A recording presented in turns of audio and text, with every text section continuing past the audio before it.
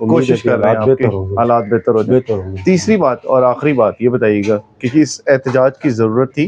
जी मैं समझता हूँ कि इसकी ज़रूरत तो नहीं है, अब ज़रूरत रही नहीं है। पता नहीं ये क्यों आए हैं, किस एजेंडे के तहत आए हैं, ये वही बेहतर जानते हैं।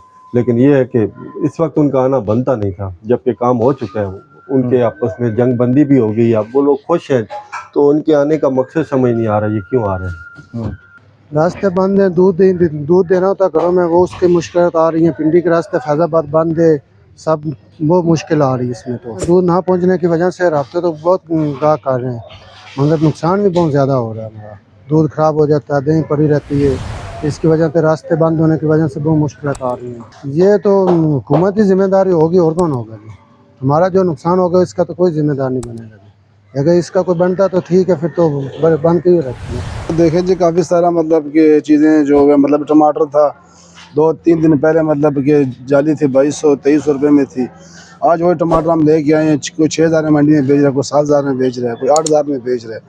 आज ये टमाटर हमें 400 रुपये किलो में खुद पड़ रहा है मंडी में। रास्तों में काफ़ी सारी मुश्किलात हैं, इस्लामाबाद से कई कई इलाकों से घूम फिर के यहाँ तक आना पड़ता है। उसी तरह जो गाड़ी वाला किराया ले रहा है मतलब 1000 रुपये, और आज 3000 में गाड़ी वाला कोई नहीं आ रहा है।